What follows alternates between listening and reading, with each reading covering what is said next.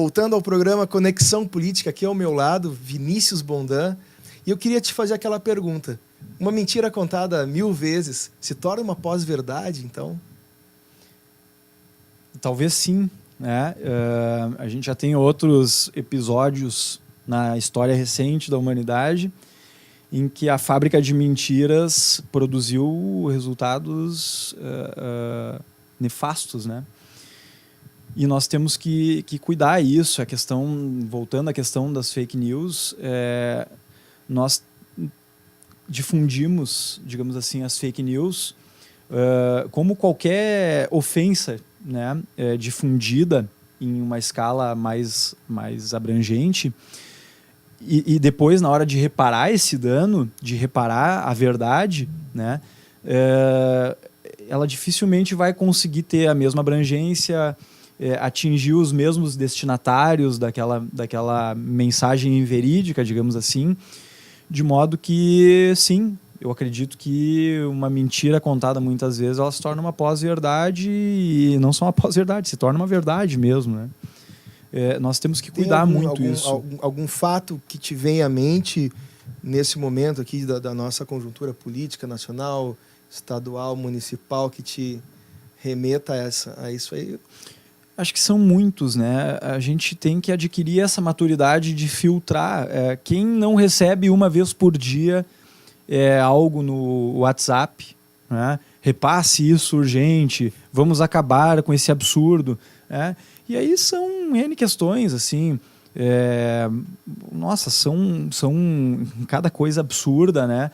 E eu fico imaginando, assim, as pessoas que buscam menos informação e menos formação, né, com relação aos assuntos da nossa atualidade, né? Elas são uma presa fácil para isso, né? Esse bombardeio de informações que a gente não conhece a fonte, e se não conhece a fonte, a procedência, a gente tem uma dificuldade de verificar a veracidade e, ao mesmo tempo, assim, a gente não tem lá a fonte como uma mídia formal, né? Assinando aquilo e atestando a autenticidade daquele conteúdo, né? Por exemplo, algo que me vem aqui agora, assim, à mente, a questão do auxílio reclusão. Quem nunca recebeu alguma coisa referente ao benefício previdenciário do auxílio reclusão, que é pago para os dependentes de quem é encarcerado, não é pago para o criminoso, né? Para aquele que é condenado pela justiça. Ele como todo benefício previdenciário, ele está, digamos assim, incluído no cálculo atuarial do nosso regime de previdência, e ele se destina, por exemplo, ele tem uma função nobre, ele se destina a deixar no desamparo os dependentes de quem já está segregado e, de certa forma, tentar romper essa cadeia, né, com o perdão da expressão, né, mas romper essa cadeia de marginalização das pessoas, né? E aí, mas assim, me lembrando dessa questão, tantas outras, né? Quem nunca recebeu uma fake news? Sim. Quem não recebe uma por dia, inclusive, hoje, né? É verdade. A gente vive hoje um distanciamento entre os poderes, né? Que forma a Câmara dos Vereadores hoje pode tentar conseguir isso em âmbito municipal, fazer essa aproximação? Não que isso exista hoje aqui, um distanciamento, mas a gente percebe isso que em âmbito nacional acontece muito. A gente tem que começar muito através da nossa casa. Uhum. Como é que tu percebe e como tu vê uma possibilidade de aproximação entre os poderes no âmbito municipal? Uhum. Nós temos, mais recentemente, buscado viabilizar algumas questões de qualificação da atividade legislativa da Câmara Municipal, né? A principal delas é um seminário regional sobre processo legislativo, processo e técnica legislativa, que nós estaremos realizando nos próximos meses, né? E a ideia é aproximar do legislativo, que tem a função de produzir legislação, produzir as nossas leis, né? Aproximar o Poder Judiciário, aproximar o Ministério Público, o próprio Poder Executivo e também, por que não, a academia, né? Onde se produz o conhecimento jurídico, né? E a ideia é contar com presenças de membro do Tribunal de Justiça, membro da Procuradoria-Geral de Justiça, né? Membros do Poder Executivo, convidar professores, né, da universidade, para discutir o processo legislativo municipal, como é que nós podemos qualificá-lo, quais são os limites da competência do vereador para legislar, né? Até onde o legislador pode ir, né? São perguntas que não só aqui no Legislativo de Novo Hamburgo, mas nos legislativos municipais, principalmente das cidades de porte médio e pequeno, nós temos muita dúvida dos membros do Poder Legislativo. Nós temos uma carência de estrutura também, né? Isso, claro, o poder público como um todo, né? Então, nós estamos nos propondo a discutir essas questões, produzir o conhecimento para que a gente possa qualificar a atividade legislativa, né? Claro, sempre analisando a parte da doutrina, né? O que entende hoje os estudiosos de direito constitucional, o que entende o Supremo Tribunal Federal, o nosso Tribunal de Justiça, para que a gente, produzindo conhecimento, possa qualificar também esse aspecto, não só a parte da competência fiscalizadora do Poder Legislativo, que é muito importante, mas também a parte que é a competência típica do Poder Legislativo, que é legislar, né? Esse ano é um ano eleitoral importantíssimo e a gente sabe que todos os anos existem alterações na lei eleitoral. E o que tu percebes como uma das principais alterações para este ano?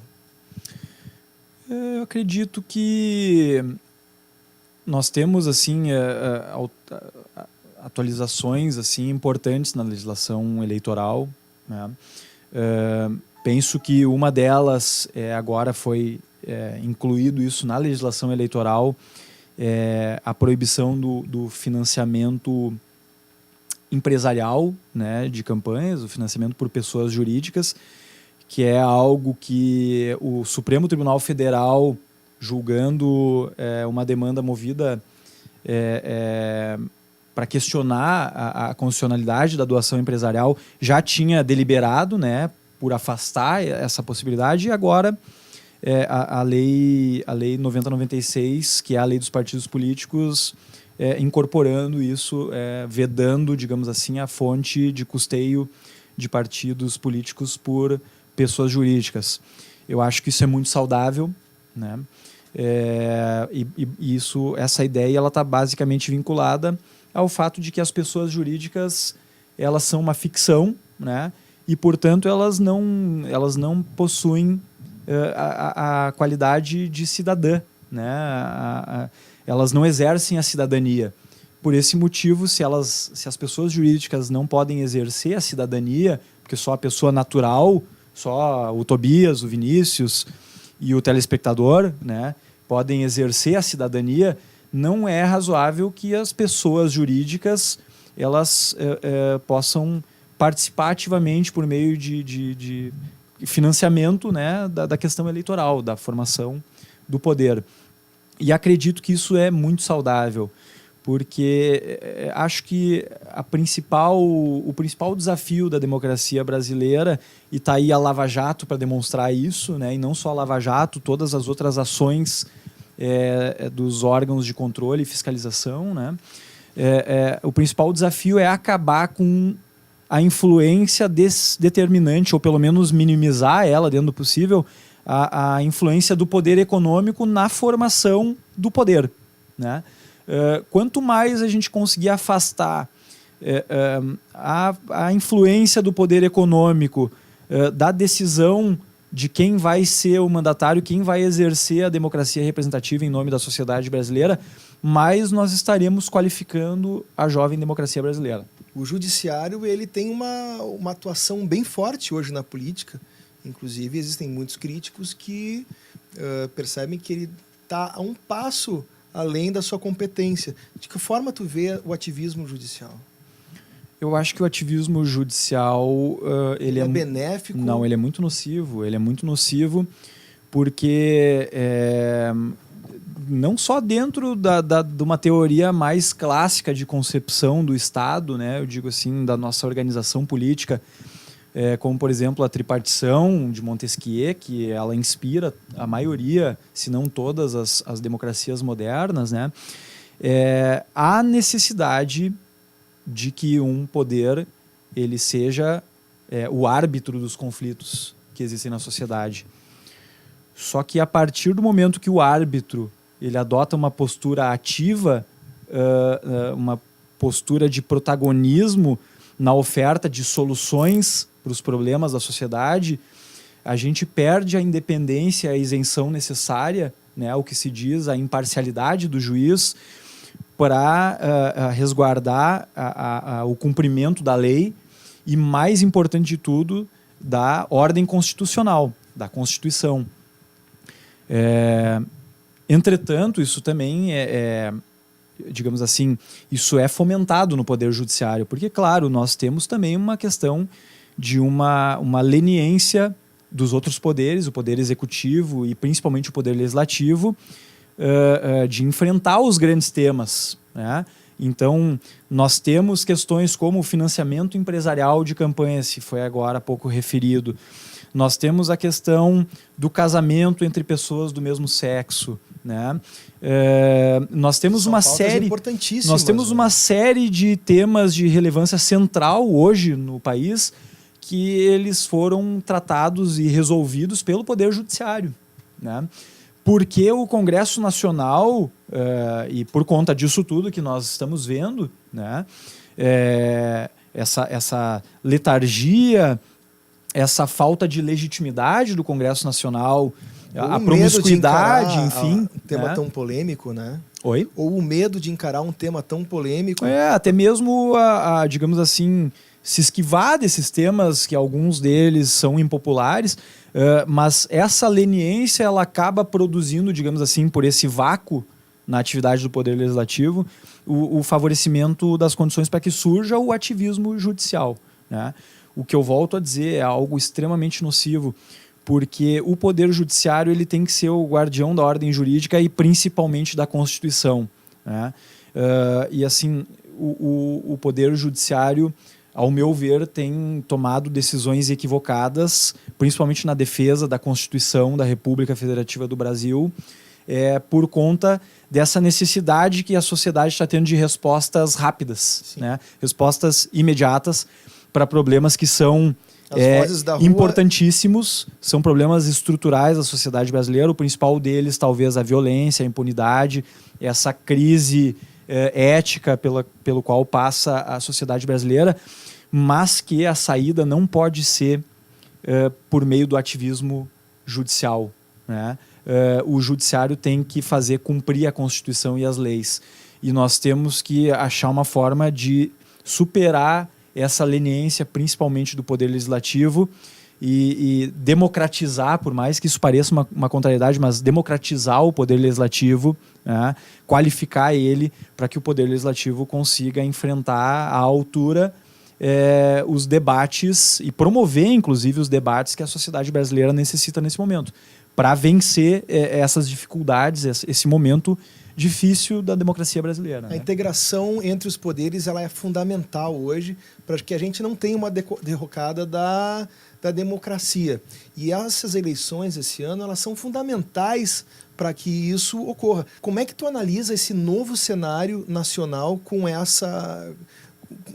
esses novos atores? A gente tem que entender no Brasil que nem tudo a gente consegue resolver de um dia para o outro. Problemas complexos exigem soluções complexas. Então, assim, este momento é um momento muito perigoso, porque as pessoas têm uma tendência, e isso é natural do ser humano, né, de acreditar em qualquer história e acreditar em salvadores da pátria que contam essas histórias, né? Mas a gente tem que entender que não existe solução mágica para os problemas, e quanto mais complexos eles são, mais difícil e mais longo prazo demanda a solução, né? Mais planejamento, mais execução de médio e longo prazo. A gente tem que tomar muito cuidado com isso, né? De não acreditar em salvadores da pátria ou de soluções imediatas para problemas complexos, como é a questão da violência, da segurança pública, né? Acho que esse é o aspecto fundamental. O segundo aspecto, nós temos que entender que nem tudo na política brasileira está errado. E nós temos, e eu conheço muitos, né, homens públicos sérios em todos os campos, inclusive, né, em todos os campos ideológicos, na direita, na esquerda. Nós temos que cuidar essa polarização. E no centro, que tem pouca gente que sabe que existe, né? E que existe também em todos os espectros, né? Existem pessoas qualificadas, homens públicos muito sérios. E, claro, isso é desnecessário dizer, nós temos também um problema muito grave de corrupção nos quadros políticos brasileiros, o que é natural porque a sociedade brasileira precisa entender que quem elege o parlamento brasileiro, quem elege os políticos brasileiros, é a sociedade brasileira. E que isso eu tinha um professor de ciência política em Santa Maria, né, que dizia isso. As pessoas se surpreendem vendo isso já há quase uma década atrás, né? Mais de uma década atrás. Antes disso tudo que está acontecendo hoje, ele já dizia, olha, as pessoas se surpreendem com isso que a gente está vendo aqui, mas a gente tem que entender que não é a sociedade da Suécia ou a sociedade da Dinamarca que elege o parlamento brasileiro. É a sociedade brasileira. Então o parlamento ele acaba sendo um espelho da sociedade, porque ele é isso, ele é uma representação da sociedade. E naturalmente, se nós temos corruptos, pessoas sem ética, sem compromisso com a coisa pública ou com a sociedade brasileira, é porque a sociedade brasileira também tem isso. Então nós temos que ver primeiro a classe política como um espelho da nossa sociedade e trazer essa mudança não só de cima para baixo, como de baixo para cima. Nós precisamos de uma mudança de cultura, né? As pessoas têm que compreender que a corrupção ela começa nas pequenas coisas, né? Quando, por exemplo, as pessoas procuram um vereador pedindo para que ele ajude a furar uma fila no sistema de saúde, né? Quando as pessoas pedem um carguinho, ou quando as pessoas vendem o voto, trocam por alguma coisa, enfim. Isso tudo é o que produz isso que a gente vê em Brasília. Então a corrupção ela não nasce em Brasília, né? Ela não é algo que se alimenta de si mesmo, ela é algo que encontra respaldo sob certo aspecto na sociedade. Então a Lava Jato ela pode ser algo bom ou pode ser algo ruim, porque ela gerou nesse momento uma profunda descrença da sociedade na política. E a população, quando ela está descrente da política, é o momento em que a política mais se degrada. Porque a política ela só se qualifica com a participação das pessoas. As pessoas de bem elas têm que participar da política. Nós temos que entender que é isso. O Tobias, o Vinícius, o telespectador, as pessoas de bem, as pessoas que compreendem essa questão da cultura, de ética, enfim, precisam participar, elas precisam... É que nem a questão da violência, né? O que insufla a violência é, por exemplo, o medo das pessoas, as pessoas param de sair na rua e aí que o crime se adona dos espaços públicos, enfim. Então, assim, é um círculo vicioso. Com a política é a mesma coisa. A descrença das pessoas na política ela só vai degradar mais ainda a política. Nós devemos fazer o movimento inverso. Então, se nós utilizarmos a Lava Jato pelo aspecto positivo, que é o da moralização da coisa pública, do trato da coisa pública, né, nós vamos, desse episódio, fortalecer a nossa democracia. Se, por outro lado, a gente vê na Lava Jato a falência, a simples falência das instituições, né? E disso decorreu o simples descrédito na política e a omissão, o afastamento da sociedade, vai ser muito ruim. Então a gente está com a faca e o queijo na mão, né, em relação a esse processo, que é um processo de depuração, né? E eu, como sou um otimista, vejo isso, vejo que é um processo de depuração, e para que a gente consiga qualificar. Mas isso depende da resposta que cada um vai dar que a sociedade brasileira vai dar para essa questão, para esse momento muito difícil, mas de depuração, né, de quebra de paradigmas que a gente está vivendo hoje. Vinícius, muito obrigado pela tua participação. Tu sabe que aqui tem cadeira cativa, sempre falando coisas interessantes, com assuntos tão empolgantes. Quando vê, já passou o nosso tempo estourado, mas sempre muito bom te receber. Muito obrigado. Eu que agradeço, Tobias. Uma boa noite a ti e aos telespectadores. Uma boa noite, até o próximo programa.